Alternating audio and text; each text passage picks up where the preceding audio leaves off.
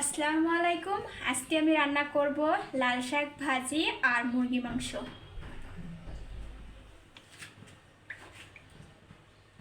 মুরগি মাংস রেডি করা আছে।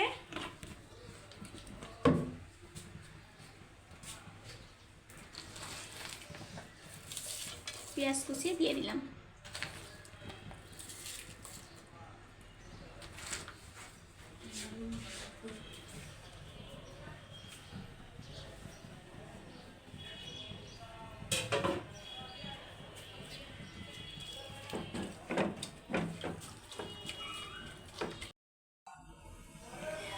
পেঁয়াজ আমার বাদামি কালার হয়ে গেছে। এবার আদা বাটা,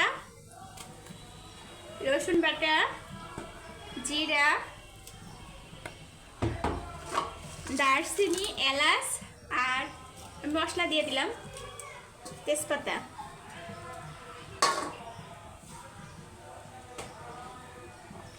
পরিমাণ মতো হলুদ,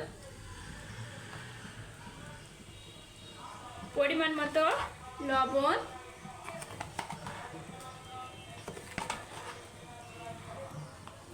পরিমাণ মতো শুকনো মরিচের গুঁড়া।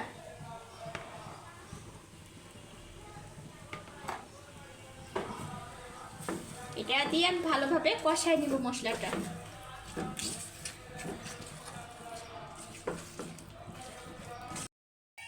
মশলা কষানো হয়ে গেছে, এবার মাংস দিয়ে দেব।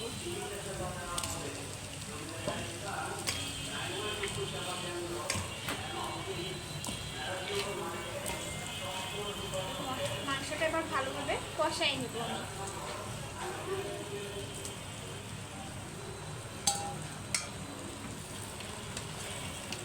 গ্যাস না থাকায় আমি রাইস কুকারে রান্না করতেছি।